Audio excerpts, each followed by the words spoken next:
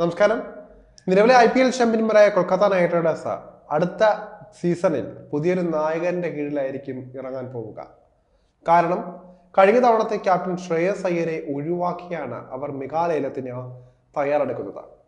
IPL കിരീടം നേടിത്തന്ന captain എന്ന സാധാരണയായി ഒരു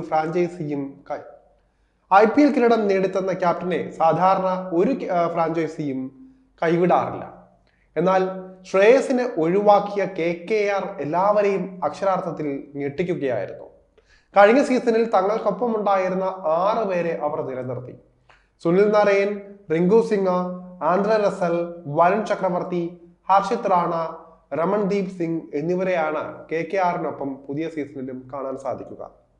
55 കോടി രൂപയാണ് ഇനി KKRന്റെ പേഴ്സിൽ ബാക്കിയായിട്ടുള്ളത്. കഴിഞ്ഞ തവണ ഒപ്പമുണ്ടായിരുന്ന താരത്തെ RTM കാർഡ് വഴി തിരികെ വാങ്ങാൻ അവർക്കാവില്ല എങ്കിലും ലേലത്തിൽ വളരെ സജീവമായി തന്നെ KKRനെ കാണാനായേക്കും. ശ്രേയസിന് പകരം പുതിയൊരു നായകനെയാണ് അവർക്ക് ആദ്യം തന്നെ വേണ്ടത്. ഇതിനായി അവർക്ക് പല ഓപ്ഷനും ഉണ്ട്. ലേലത്തിൽ KKR നോട്ടമിടാൻ സാധ്യതയുള്ള കളിക്കാരുടെ ലിസ്റ്റ് നമുക്കൊന്ന് വിശദമായി നോക്കാം. കഴിഞ്ഞ IPL സീസണിൽ വളരെ മികച്ച രീതിയിലാണ് ശ്രേയസ് അയ്യർ കൊൽക്കത്ത നൈറ്റ് റൈഡേഴ്സിനെ നയിച്ചത്.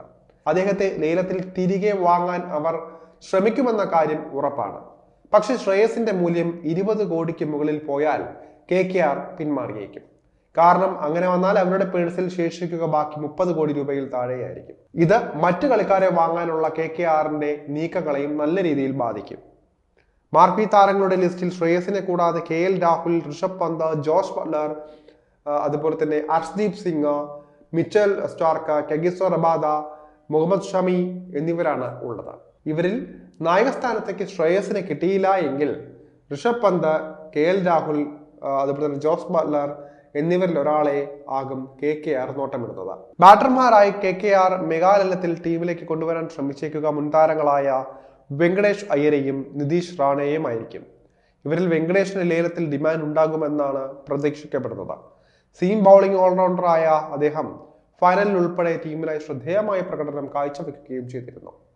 ഒരു സ്പെഷ്യലിസ്റ്റ് വിക്കറ്റ് കീപ്പർ ബാറ്ററെയും ലേലത്തിൽ KKRന് ആവശ്യമുണ്ട്. മുൻതാരങ്ങളായ ഇംഗ്ലണ്ടിന്റെ ഫിൽ സോൾട്ടിനും അഫ്ഗാനിസ്ഥാനിന്റെ റഹ്മാനുള്ള ഗുർബാസിനുമായിരിക്കും അവർ പ്രഥമ പരിഗണന നൽകിയേക്കുക. എന്നാൽ കഴിഞ്ഞ തവണ ഓപ്പണറായി മിന്നിച്ച സോൾട്ടിനെ തിരികെ വാങ്ങാൻ 10 കോടിക്ക് മുകളിൽ KKRന് മുടക്കേണ്ടി വന്നേക്കും. സോൾട്ടിന് ലഭിച്ചില്ലെങ്കിൽ മുന്നിലുള്ള മറ്റൊരു മികച്ച ഓപ്ഷനാണ് ബൗളിംഗ് നിരയിലേക്ക് വന്നാൽ പേസർമാരായി ഹർഷിത് റാണയും ആൻഡ്രെ റസലും ഇപ്പോൾ കൊൽക്കത്ത നൈറ്റ് റൈഡേഴ്സിൽ ഉണ്ട്. കൂടാതെ രമൺദീപ് സിംഗും മീഡിയം പേസ് ഓൾറൗണ്ടറാണ്. സ്പിൻ നിരയിലാകട്ടെ വരുൺ ചക്രവർത്തിയും സുനിൽ നരൈനും ടീമിനൊപ്പം ഉണ്ട്. ലേലത്തിൽ മികച്ചൊരു വിദേശ ഫാസ്റ്റ് ബോളറെയാണ് KKRന് ആവശ്യമായിട്ടുള്ളത്. കഴിഞ്ഞ തവണ തങ്ങൾക്കൊപ്പം ഉണ്ടായിരുന്ന മിച്ചൽ സ്റ്റാർക്കിനെ തിരികെ വാങ്ങാൻ അവർ ശ്രമിച്ചേക്കും. സ്റ്റാർക്ക് ഇല്ലെങ്കിൽ ന്യൂസിലാൻഡിന്റെ ട്രെന്റ് ബോൾട്ടാണ് മറ്റൊരു മികച്ച ഓപ്ഷൻ. കൂടാതെ ജോഷ് ഹേസൽവുഡും ടീമിന് മുതൽക്കൂട്ടാക്കുന്ന പേസറാണ്.